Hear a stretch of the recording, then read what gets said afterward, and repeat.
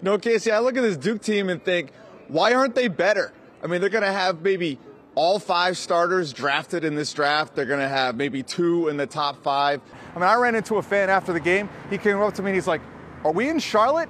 That's how jarring it was here at this game, Deborah. Red was everywhere. A lot of the blue that you saw at the end of the game was just empty seats. So this is my son, Johnny. He's 2. Decent athlete for a little guy, loves football, hates to listen. Now, according to NC State head coach Dave Doran, his team isn't much different. You feel like you won the national title tonight, and in some ways people were saying just beating Duke at Cameron was bigger than anything you could do because you didn't really expect that you'd be here. And well, now you are. It felt like everybody around me didn't necessarily know what was happening, but they knew it was important. And then you learn 6 minutes for the 6 years it took for the accusers to be heard. You find out about the Players Association's demands for transparency, and now real change can begin, Chris. He has changed the quarterback 3 times. He has changed the coordinator. Now it's all on him. He said it himself. Yeah. I think the offense is good enough. I think we've got a great defense, special teams. It's just not all coming together. Matt Rule's got to look in the mirror. I just got to let you know, though. You might gain like 2 inches off just eating that. On my vertical or in my waist?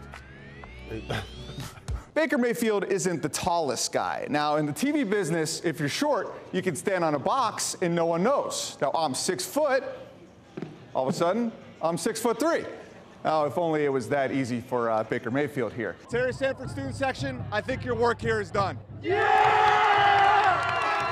Not Welter, football flat air. Yeah! Let's go, gang! They say there's nothing like seeing a hockey game live. Yeah! Yeah! For Laurel Wheeler, hearing it is even more impactful. Teravainen, now Aho scores! Yeah! Laurel was born blind. So I see light and dark. So for example, when I look back at the ice rink, I can see the white of the ice, I can see the lights up above. Oh my goodness. She experiences the game in a whole different way. I crank up my radio and I close my eyes and I just relax and listen. And I understand. She can identify her favorite player, Teuvo Teravainen, by the sound and stride of his skates, but also the way he speaks. His finish is the easiest to commit to memory and understand. Laurel is an American student who just got her master's degree in Russian studies at the University of Helsinki in Finland, which happens to be the home country of several of Carolina's star players. She learned the language by watching the Canes in Finnish.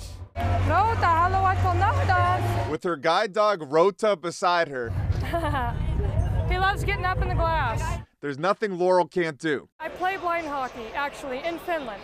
So when I play, I can't see the red line or the blue line or the face-off circle. I just see the white. And actually, when I'm skating, I know where I am because I can hear when I get closer to the boards. Most have to see to believe. Laurel lives with faith. You can't ever let anyone tell you what you're capable of. You can decide that for yourself. Pat Welter, WRAL Sports. At guard, 6'7" sophomore from Norfolk, number 1, Darion Sebron. In the game's biggest moments, Darion Sebron is at his best. Sebron is so silky smooth. At the end of the game, if I just had that motto like big time players make big time plays. Sebron all the way to the rim. That's my boy! He learned mental toughness from his mother. Let's go, Wolfpack! I'm thankful, you know, I thank the Lord for keeping me strong. You could say his game was an inherited trait. And Sebron now on the board. I just call him, he's a hybrid of myself. You know, he's just a better version. Darion's mom, Natasha Franklin, is watching courtside. He walked, he traveled, ain't got caught. His father, Daryl Dillard, has a much more restricted view. I let him know I'm sorry that, you know, I left him. Daryl is serving a 51-year prison sentence at Lawrenceville Correctional in Virginia. I would say it's a life sentence.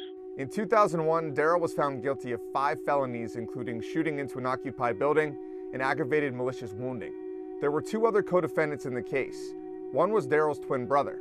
Dudes had an argument and stuff like that, and words were said, and my brother, he shot through the door. A juvenile got hit. Daryl's brother and the other co-defendant took a plea deal and served a shorter sentence. Daryl believed he was only guilty of being in the wrong place at the wrong time. He went to trial and has paid the price. I was ignorant know, I ain't know a lot back there. I ain't think of myself and my new family that I have just, you know, created.